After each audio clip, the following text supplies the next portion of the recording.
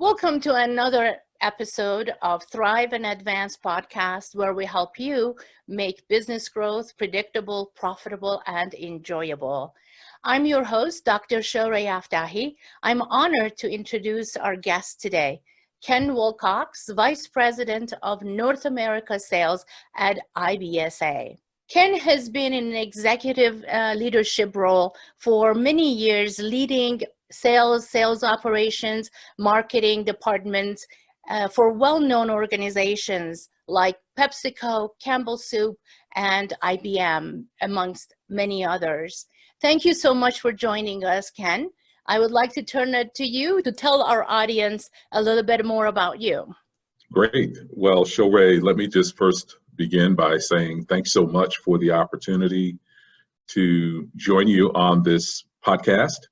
I am absolutely thrilled and honored and privileged to be a part of this effort, and thank you for the opportunity. I'm excited today to speak with your audience and hopefully, as I like to say, share a few pearls of wisdom and have a great exchange.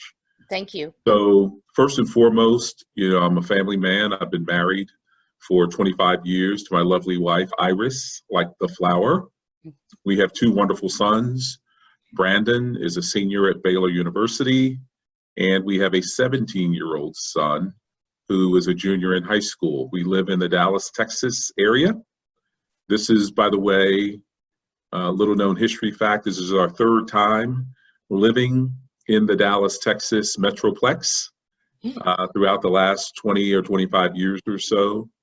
And my belief, if I could use kind of a philosophy in life, is faith, family, and fellowship.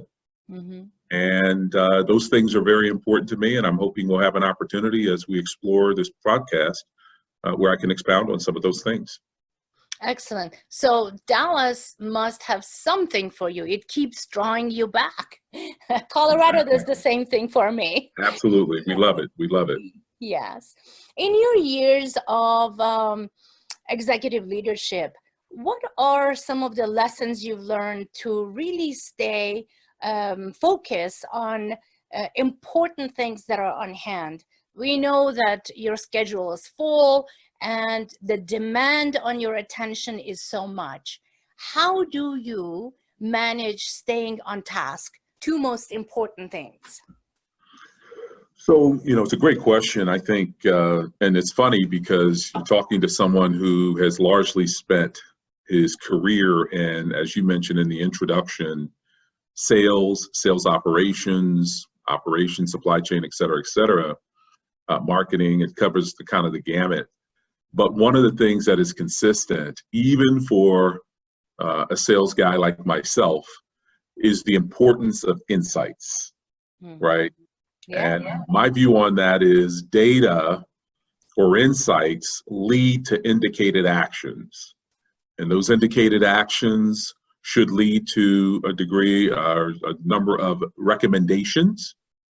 Those recommendations should not come without understanding what the implications of those recommendations are before then moving on to execution phase. And some people stop there. I actually don't stop there. That's the next to the last stop, right? The next stop, the last stop really is what I call post-event analysis. Mm-hmm. So measure, what gets measured gets done is often what we talk about. And so the idea of kind of measuring that level of execution is critically important. But it starts at the very beginning with insights.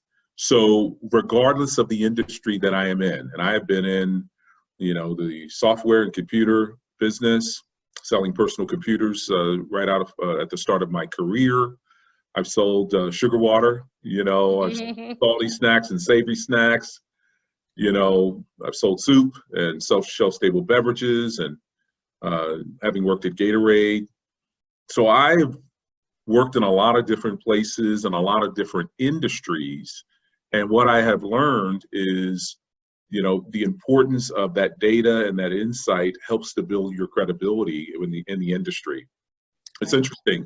Even though I've been in sales for, close to 30 years, I've worked in a lot of different industries. And oftentimes when I have interviewed with many of the C-suite players and others in these corporations, oftentimes they'll say, well, gee, essentially, why should I hire you when you've never worked in this industry? Mm-hmm.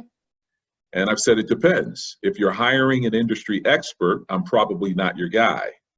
But if you're hiring someone who can demonstrate really strong strategic and tactical leadership, but who also happens to be a quick study, therefore I can learn the industry, then I'm your guy. So this notion of understanding at a 30,000-foot level the industry trends that typically then breaks down almost without regard for the company or industry you're in, what the channel insights are, and then the sectors, if you will, the zones, the regions of the country, the economic conditions, all of these insights help to build out, a winning proposition in my mind. So again, everything, long way to say, everything starts with data. Yes. Yes. So that brings up so many different topics. But you actually touched on something that is so important for leaders to know, and that is hiring the right candidate.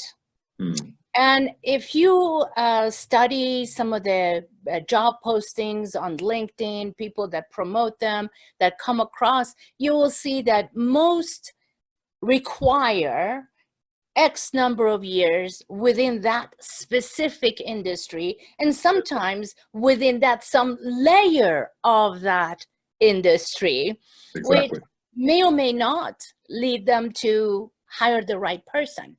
That's exactly right. And how do you go about filling your leadership roles in the organizations you engage with?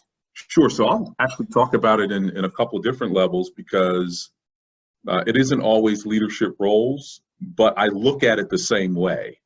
Okay. Right? Largely, part of this has been because I have been in the other chair looking to be hired or looking to be promoted or added to, a thriving company and their team. I have felt the burn, if you will, of having been told that I didn't have the 10 to 15 years of quote unquote commensurate experience. Right. If I had a nickel for every time I saw a position spec with that 10 to 15 years of commensurate experience, I may not be on this podcast right now, Shorey. But having said that, it has buoyed me in terms of intensity and incentive to simply focus on the smartest in the basket, almost without regard for the industry that they come from. The series of experiences that they have had are the things in my mind that I believe help build out your team. Yes. So I'm not overly biased. And I think a lot of executive recruiters, I think a lot of folks, frankly, are brainwashed into believing that the only way that you can be successful is if, in fact, you have that 10 to 15 years of like or commensurate experience. Why is that? Because I will tell you, I think it's jaded thinking. I think it's antiquated thinking that in order to really expound on strong leadership principles in the marketplace, in my mind, we need to move away from that kind of thinking. Right.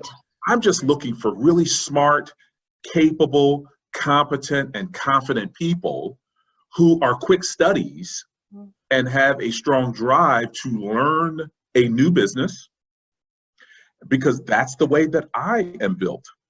And I have to tell you, I've had a great deal of success in almost every company that I've been a part of. And as of the last, call it 12 to 15 years, most of those industries that I've worked in are radically different from the previous 15 years. And yet, those companies found a way to hire me. Why? Because I was able to, in addition to showing strong capability and competence, I was also able to deliver on specific analogies and examples around the importance of strategic and tactical leadership. Right. And I have found myself sort of winning over, if you will, the interviewer with the fact that their mindset has changed from, I didn't want to really consider you before you sat in my chair. Right. But now that I've heard you speak and offer a different or differentiated experience and set of examples around how you can be successful here, now I'm really curious. And the rest, as they say, typically is history. And so I look to hire people who have those capabilities and competencies, have the strong drive and will to learn. They have what I call intellectual curiosity, right? They're voracious readers. They have interests outside of work. You know, they love their family. You know, they have strong character and integrity. What good does it do to have super smart people who don't have great character and integrity? I will take a balanced individual who may not be perhaps the sharpest knife in the drawer, as some like to say, but if they have strong character and integrity, if they exhibit strong leadership on both the business side and people side, sign me up. Those are the individuals that I want to go into battle with every single day. Yes, and that is a very profound advice that I highly recommend everyone to listen to and to contemplate on, especially in today's market where quality candidates per se may be difficult to find as there is low unemployment and you have to attract strong candidates to your company.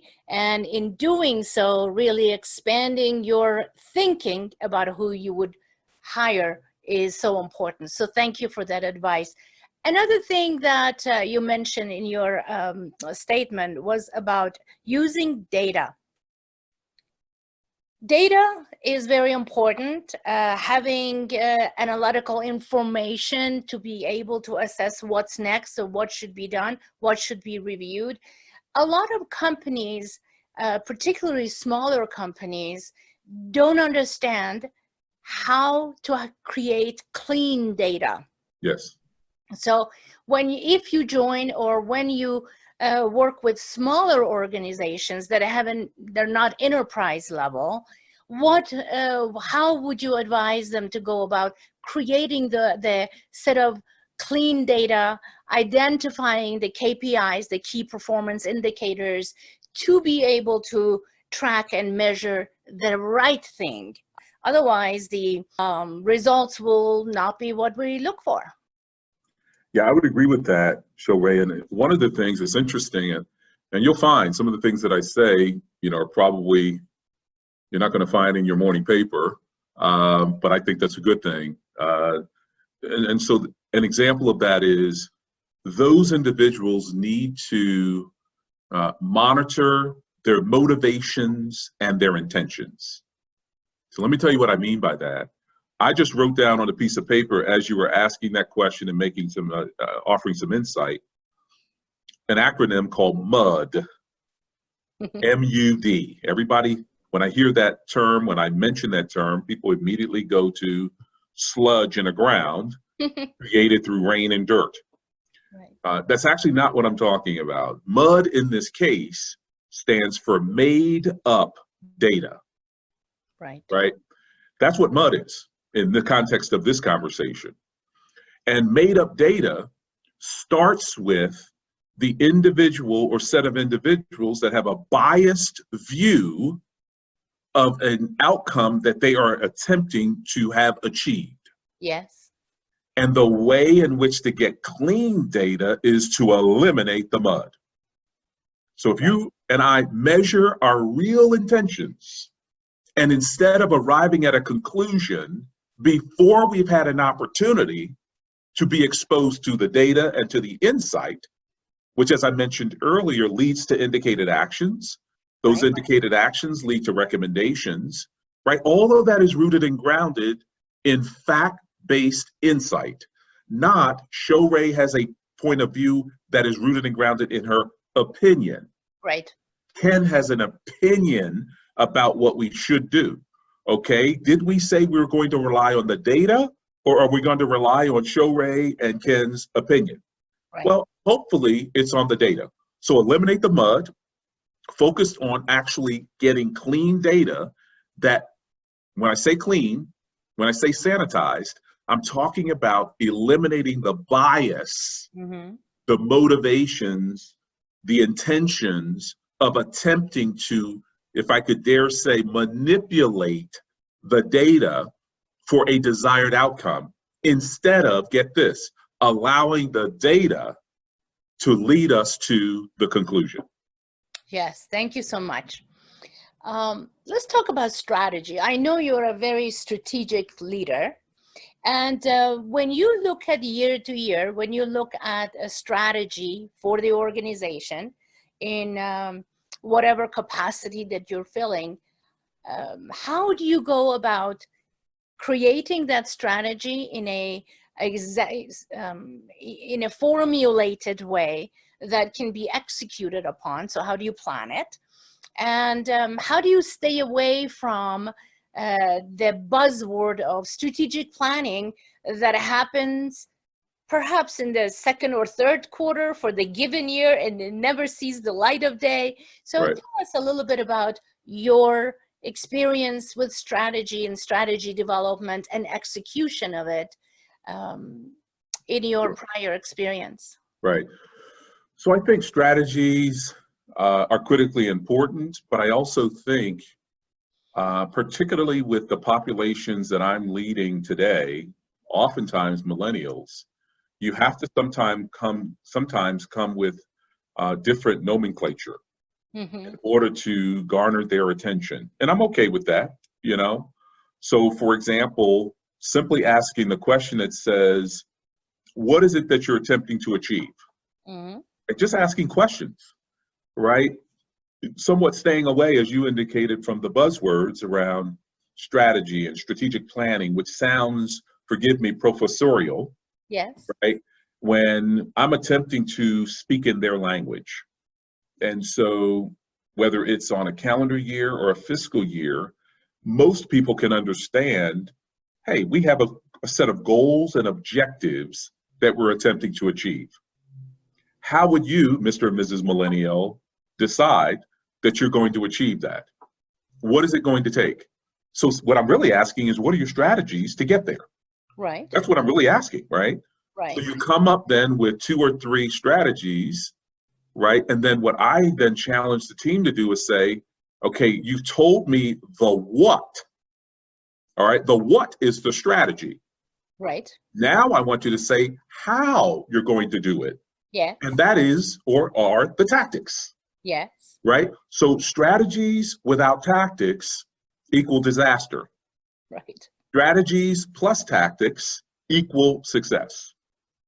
And Right. so you measure, you combine the strategy with the tactics, set of tactics, then you measure that through, and as you indicated, you know, you have your KPIs, but also you have a scorecard. So again, at the risk of sounding professorial, what I will do is ask, okay, what does success look like?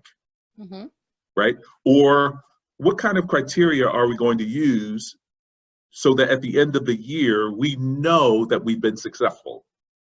Right. I'm literally, my questions are literally the same thing as asking what are the strategies, the tactics, right, and the scorecard.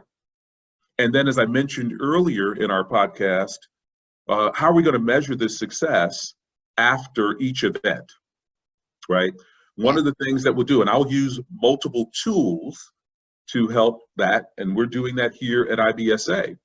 An example of that is standardization and cadence in terms of how we operate, right? And so starting at the beginning of the year, or really, if I could use a calendar, the previous fiscal year or the previous calendar year, we have implemented something called customer business planning.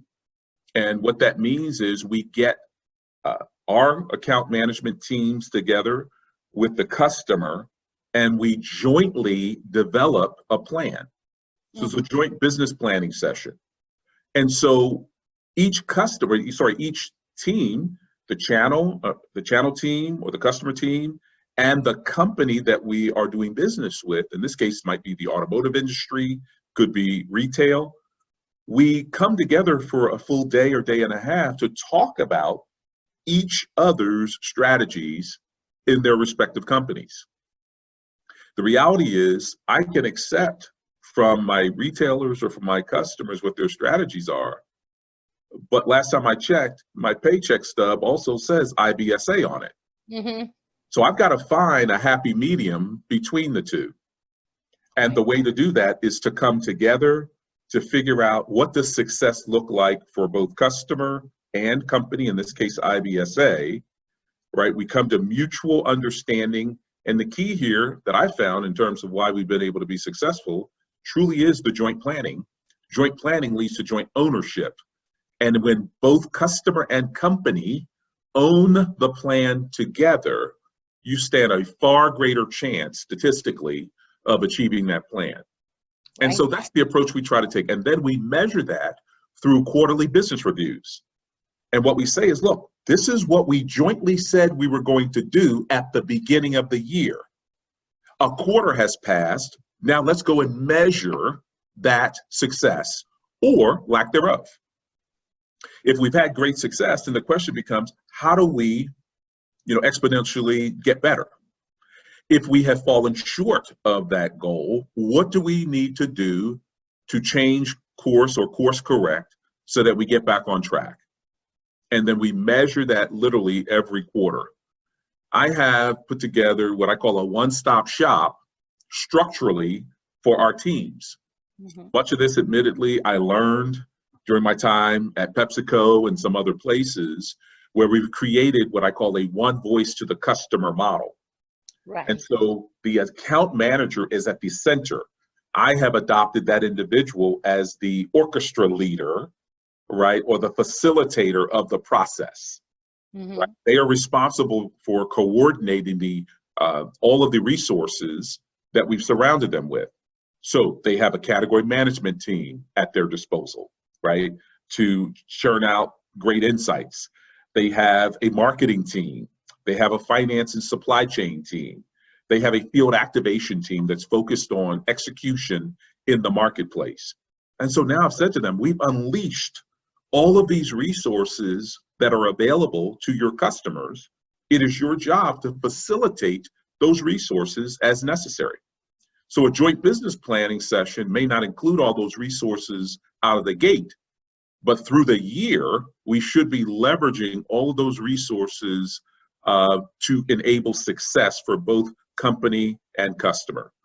And at the end of the day, it's worked out very well. We then measure that report card.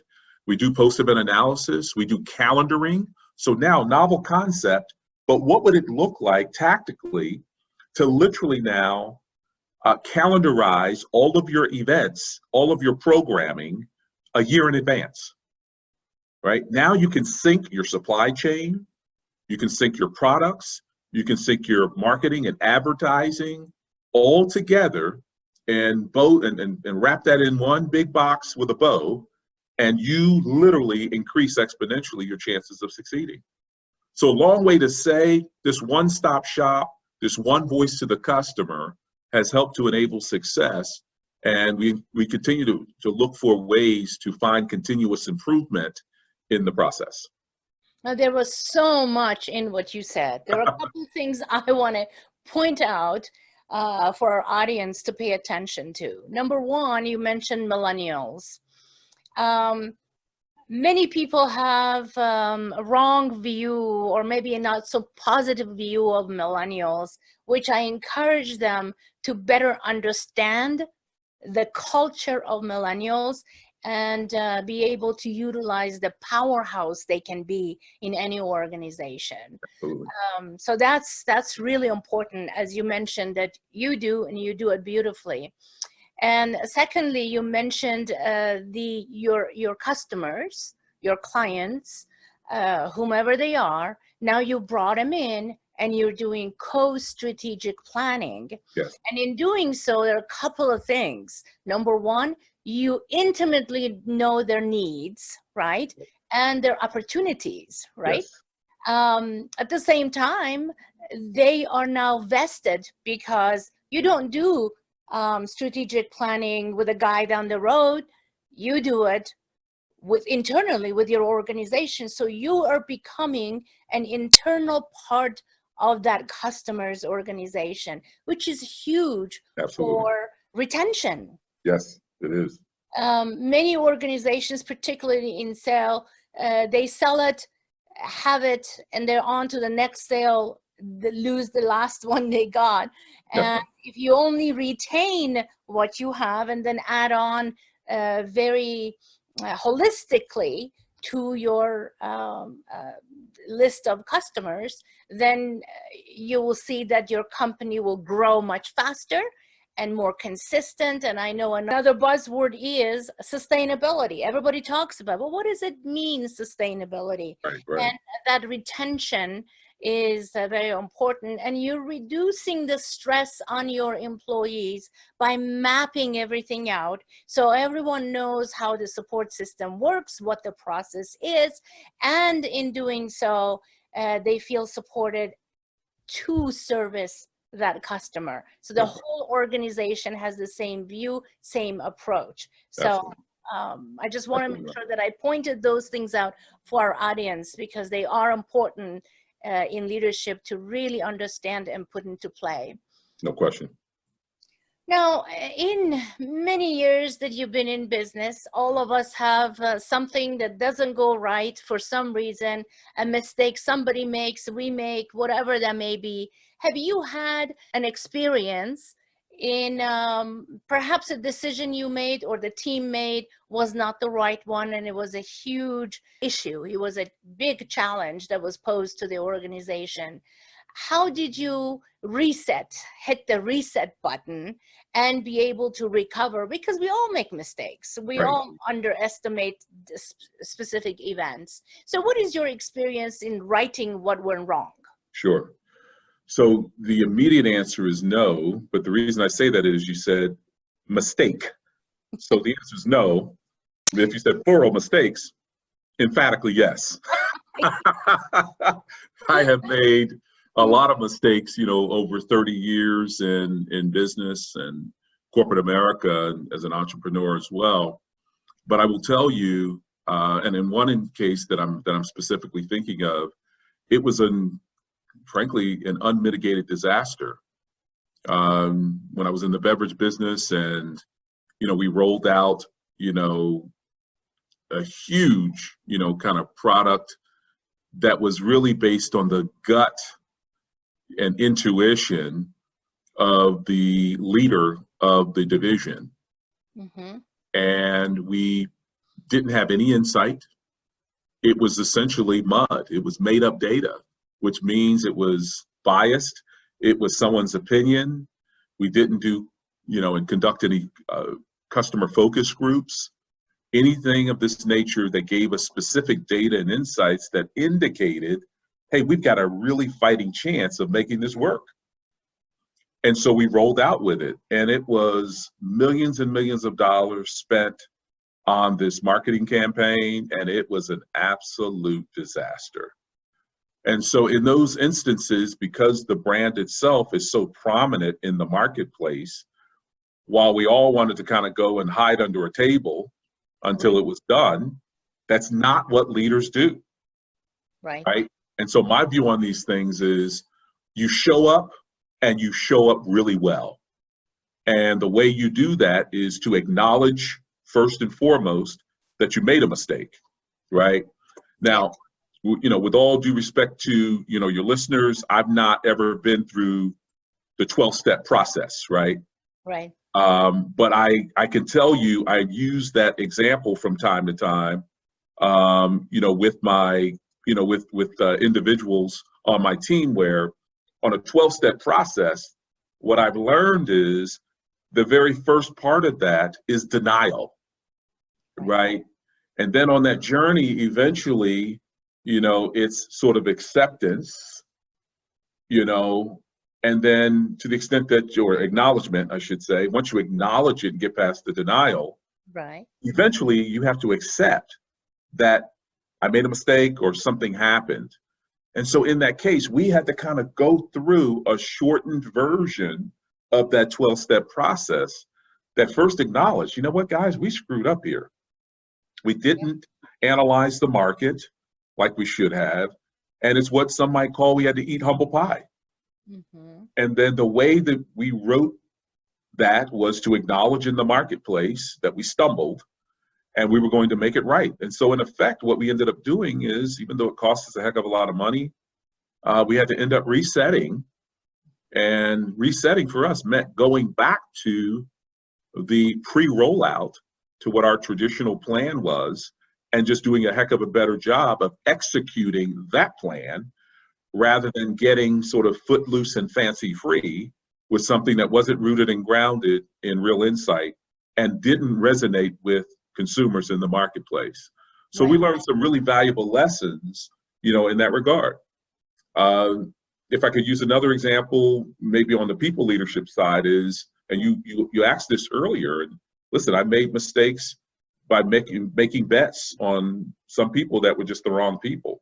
Right. And, you know, some might say they sold me a bill of goods and perhaps I didn't see it. Maybe I got caught up in, you know, the charismatic nature of what they were saying and how they were saying it. And they ended up being a bad hire. And those individuals pollute the chemistry of what you're attempting to build in a team concept.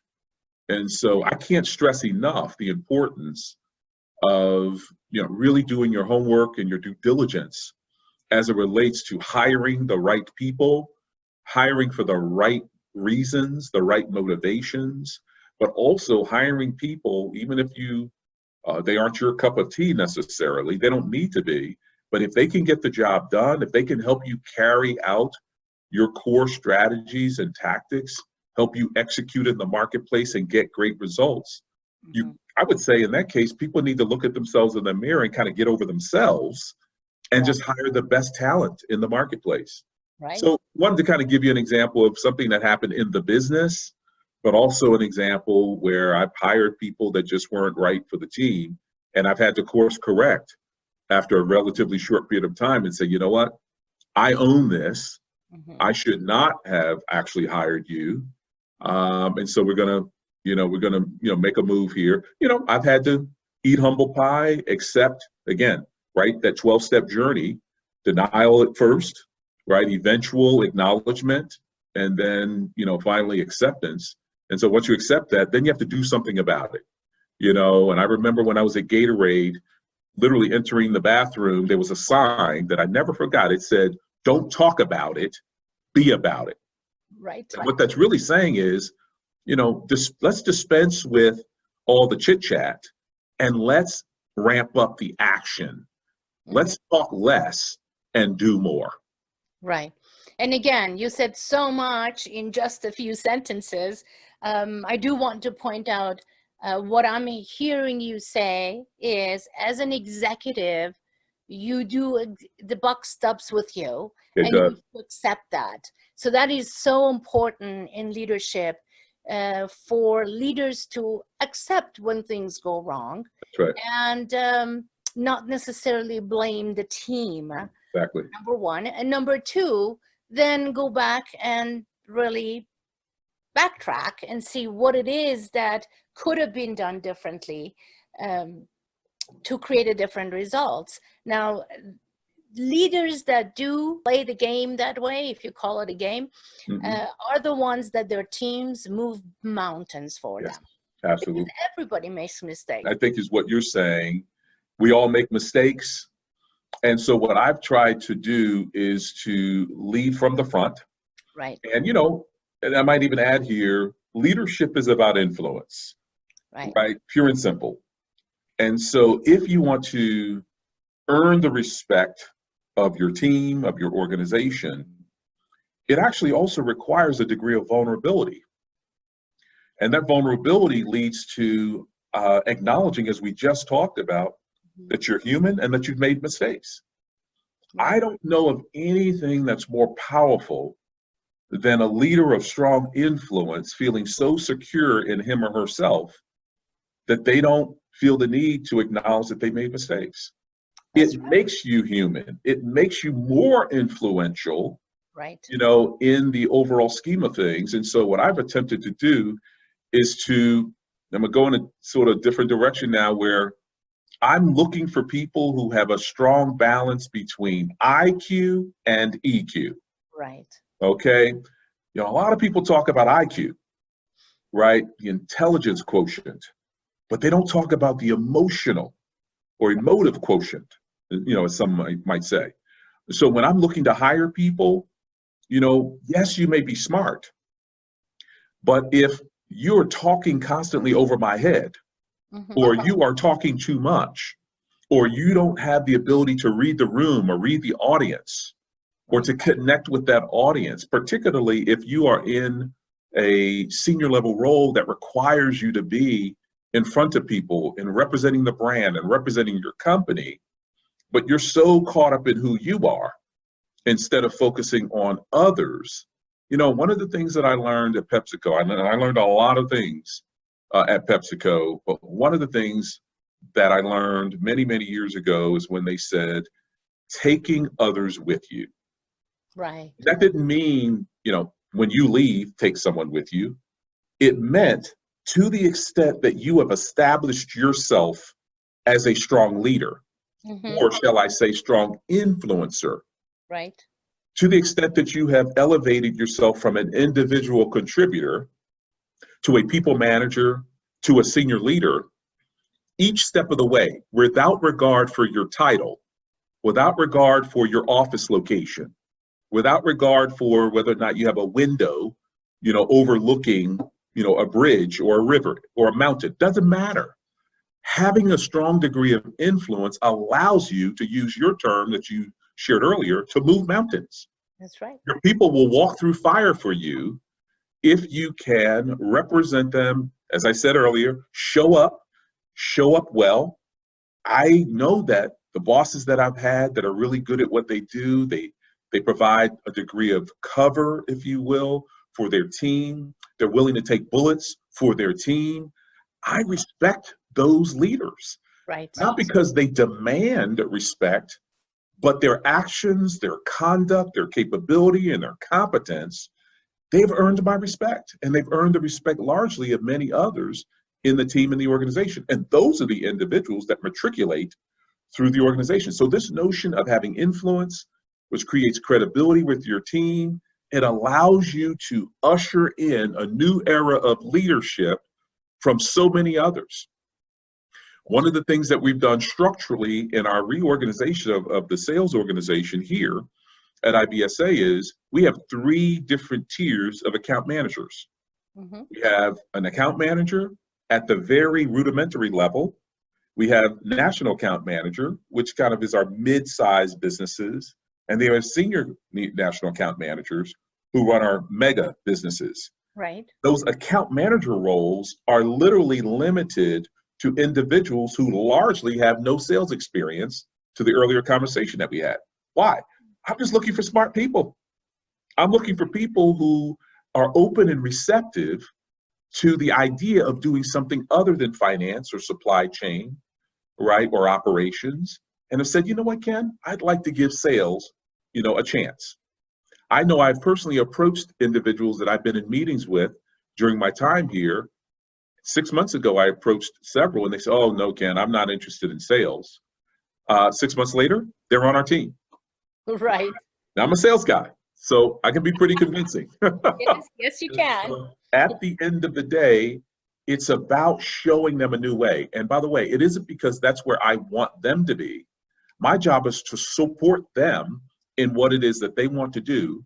And if it's sales, great. If it's not, as an influencer in the organization, my job is to help individuals develop personally and professionally that help position them for greater access and greater promotion and matriculation up the ladder in the organization. Many have done that for me. And I believe that as a leader in this organization and as an influencer in my generation, that I have really an unfiltered responsibility and accountability to bring others along with me. And I learned that at PepsiCo. Right. And that creates very strong employee engagement. And Yes, employees that are engaged are the employees that produce more. absolutely. So it's to the benefit of the organization. Let me ask you about scaling the growth of an organization. You've been involved with enterprise as well as medium size, as well as small business. Each of them consistently want to scale to grow bigger Yes.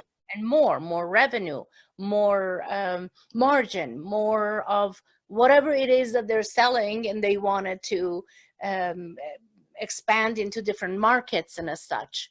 Tell us a little bit about the smart growth for any organization. What is your formula? So my formula goes back to, sorry to say, data, right? And so understanding what I would call, and what you're likely familiar with, this notion of size of the prize. Mm-hmm. Right? What is the size of the prize, right? So we could say, hey, we want to gain, and I'm just making it up, 30 market share points. Right. Okay. And we want to do that over the next 5 years.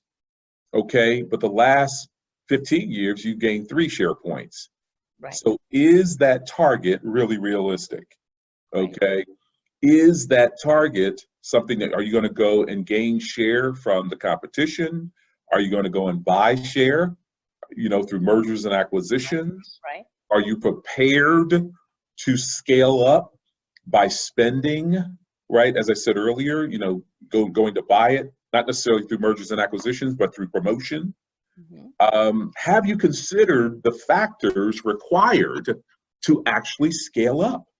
And a lot of that has to do with, it's great to put a target out there, but rather than put a target out there, allow the data and the due diligence of insights and category management and industry trends and channel trends to drive a noticeable conclusion to where you think you can play. But the notion of just this mud, that if I can now literally use the term mud, that takes, you scoop it up out of the ground and throw it against the wall. The idea is that you're hoping that something sticks, but you have nothing to hold it up. Right. Because you have already said, you know what, Shoray, Ken, I just want to grow 30%. I want to gain 30 market share points, and I want to do it in 5 years. Okay, how are you going to do it? I don't know. That's what you guys are for. That's not terribly realistic. Right. Actually, it's a junior varsity and an immature kind of approach to the business. Mm-hmm. So understanding the size of the prize is critically important. Understanding your level of commitment in a number of areas, in human resources, Mm-hmm. in financial resources, in ensuring that the marketplace is ready for you to make a move, determining how you're going to scale up through acquisition, through merger, through promotional vehicles. There are any number of ways. By the way, what is the competition doing, right? Are they being aggressive in the marketplace? And again, I think you have to ask yourself the question, you can put a target out there, but what does success really look like? And are we actually benefiting ourselves by getting that much larger in the marketplace? Should we maybe be looking at 10 or 15% growth, right? Or market share, advantage? I remember an example that just came to mind was when I was living in Boston, I was calling on one of the largest, well, it actually is the largest supermarket chain early in my career. And, I was with Pepsi and we were going up against Coke. Mm-hmm. And I remember, I think this is a pretty good example too, of the gentleman initially not even wanting to talk to me. I'm thinking, gee, I moved from Pittsburgh to Boston. This is my job. And this guy doesn't even want to talk to me. He essentially doesn't want to do business with Pepsi. Why? Because he looked at Coke's market share and said, hey, they're driving the market here. You guys are kind of nobody. What did I do? First thing I did was apologize to him that whatever misinformation that had been relayed to him prior to my coming on board, on behalf of the entire Pepsi organization, I apologize. that kind of caught him off guard because heretofore he kind of viewed our organization, and I knew this, as arrogant, as dismissive, as individuals who, you guys don't even have the market share here, and you're acting like, you have the dominant market share, and you're the ones who are cocky and arrogant. And so I apologized to him. And funny thing happens, whether it's personal or professional relationships, when you apologize, it takes the temperature down quite a bit. And so that's what we did. Then we went to work on doing our due diligence relative to the category. And so what I convinced him, ultimately, to make a long story short, is you can win share of stomach with consumers that are loyal to Coke and Pepsi. Right.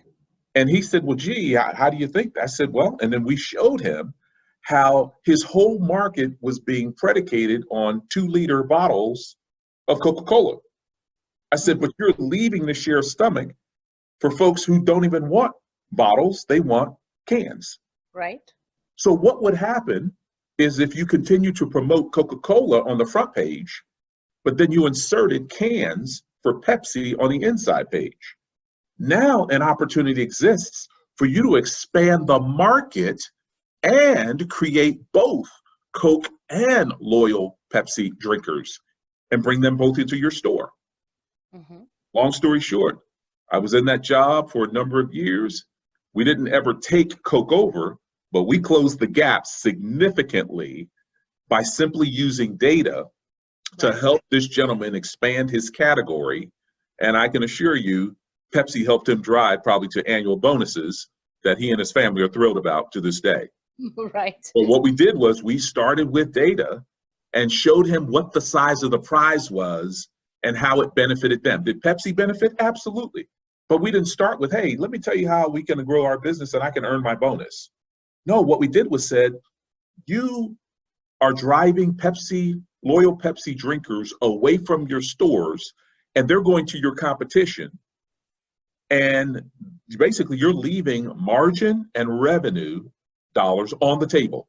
And let me show you in pinpoint accurate terms how you can maintain your loyal Coke drinkers and bring new drinkers and shoppers into your franchise.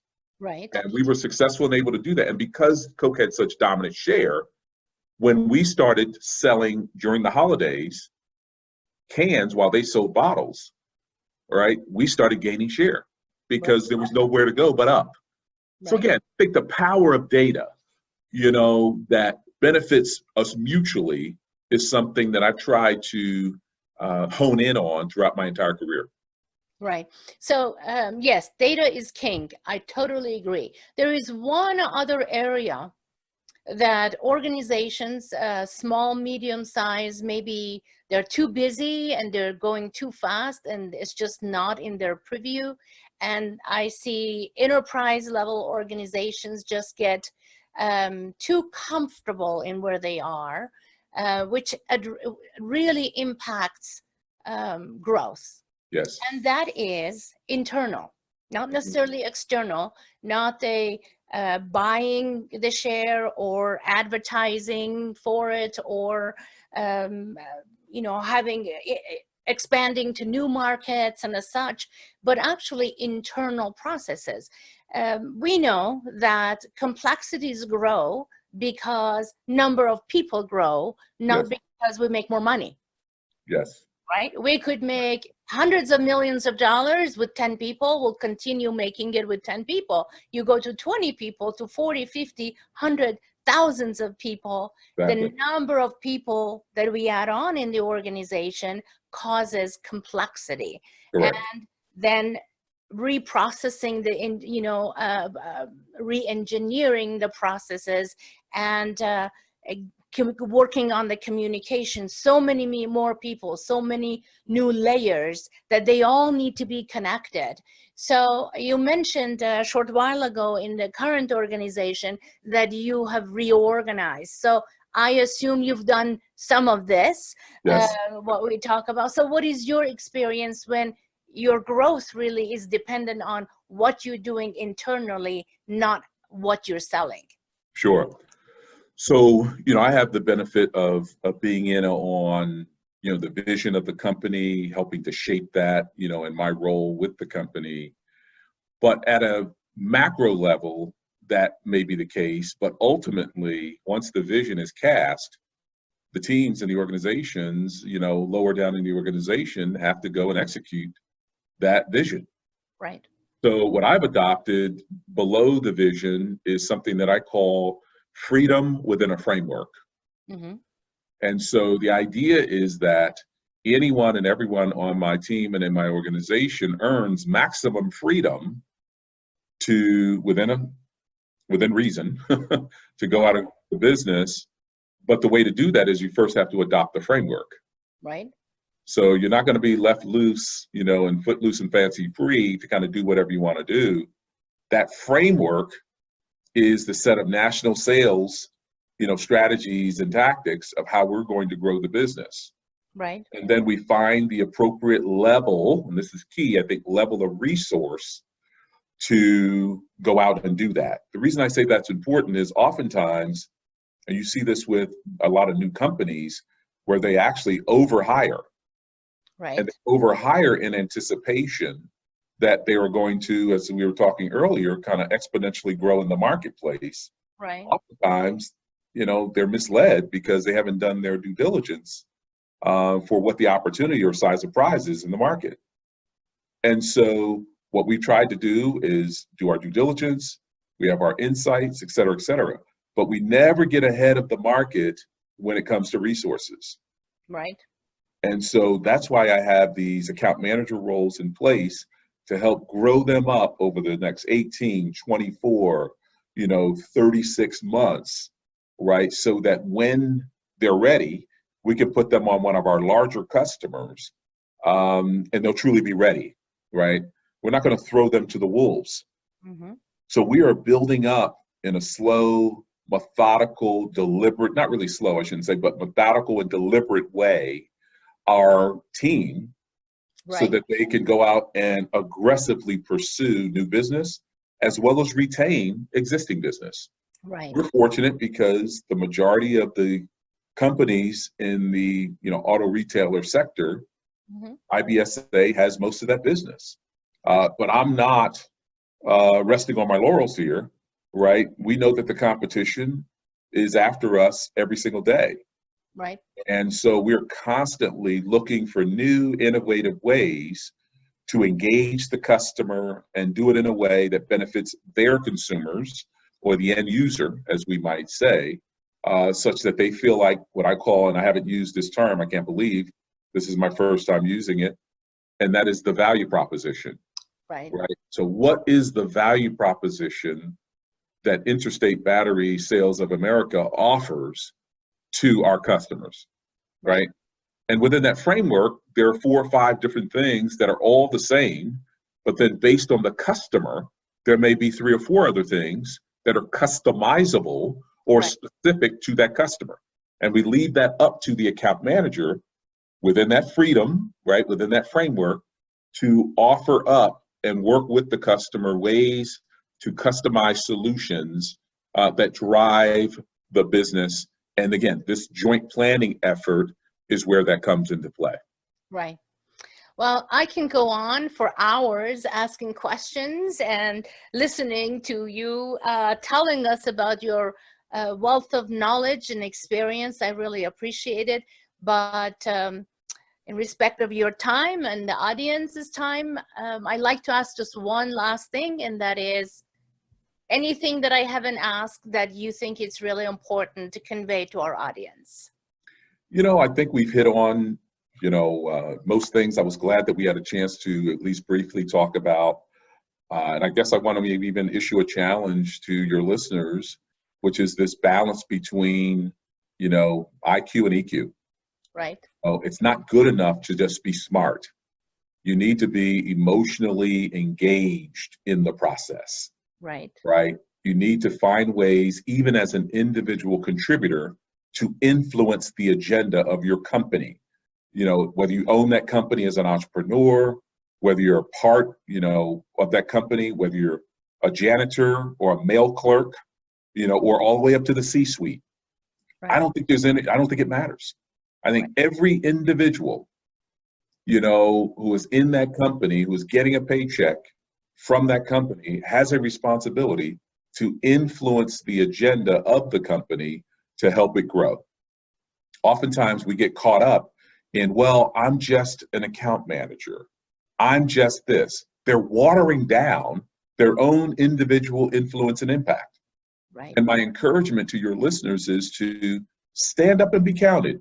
Show up and show up well, without regard for the job that you're in. It really doesn't matter, because I remember as an individual contributor, I wanted to influence the agenda.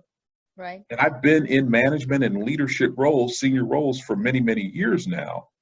But I never forgot about where I started from. I remember becoming an account manager at IBM. That's where I started my career after college. And the opportunity to influence the agenda by working on a team, a customer team with more experienced, tenured folks, was order of the day for me.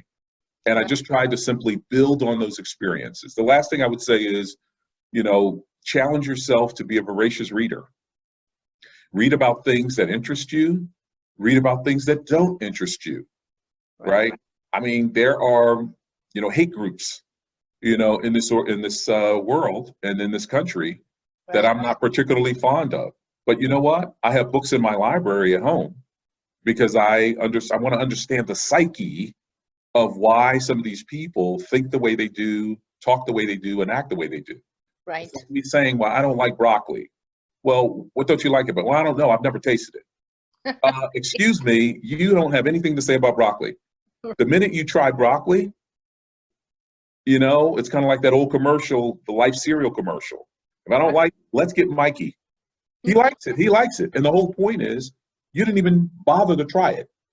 Right. So try influencing, try leading, and I believe if you do that and balance out this notion of IQ and EQ, you'll have grand success. So I just want to thank you again, as I started, for the opportunity to share with your listeners. I hope that they've gleaned some pearls of wisdom that can be utilized for many years and years to come. So thanks so much. Thank you so much for your time and all the wisdom you shared with us. And I look forward, perhaps another opportunity we can talk about other topics in the near future. So that sounds good. Thank you for joining us. Thank you so much.